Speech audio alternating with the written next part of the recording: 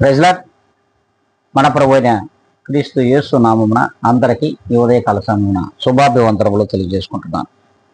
ఈ దినం దేవుడు మనకిచ్చినటువంటి ఒక నూతనమైన వాగ్దానము, అది సామెతల గ్రంథము 25వ అధ్యాయము 21వ లేఖనాన్ని మనము చదువుకుందాం. నీ పగవాడు ఆకలగొనిని ఎడల వానికి భోజనము పెట్టుము, దప్పిగొనిని ఎడల వానికి దాహమిమ్ము. ప్రభు స్పష్టంగా ఈ దినమున మనతో మాట్లాడుతున్నటువంటి మాటలు చూడండి. ఏ దినమైనా సరే మన పగవారికి మనం భోజనం పెట్టడం అటుంచి ఆ పగవానితో మనం మాటలు కలుపుతున్నామా, సమాధానకరంగా జీవిస్తున్నామా ఒక్కసారి ఆలోచించాలి. మరి ఆకలి గొనిని ఎడల ఆహారమే పెట్టమన్నటువంటి దేవుడు, దప్పి గొనిని ఎడల దాహం ఇమ్మన్నటువంటి దేవుడు నీతో మనతో ఈ దినమున వాగ్దానం నుంచి నడిపించుటకు సిద్ధంగా ఉన్నాడు. మరి ఆయన మాట వినడానికి మనం సిద్ధంగా ఉన్నామా ఆత్మపరిశీలన చేసుకోవాలి.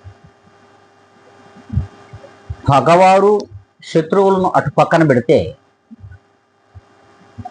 మన విశ్వాసులనే మనము ప్రేమించలేకపోతున్నాం. మన విశ్వాసులకు మనము సరి అయినటువంటి సమాధానకరంగా విశ్వాసుల మధ్యలో మనం జీవించలేకపోవడమే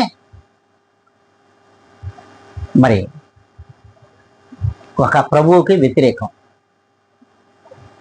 మన ప్రభువుకి ఇది వ్యతిరేకం అని తెలిసి కూడా అట్టి జీవితాలు మనం జీవించడం వలన పగవాడికి అన్నం పెట్టలేకపోతున్నాం, వాడు దాహం అన్నప్పుడు దాహం కూడా మనం ఇవ్వలేకపోతున్నాం.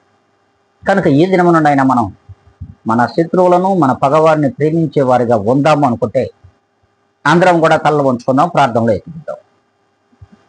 పరిశుద్ధాత్మ దేవుడా,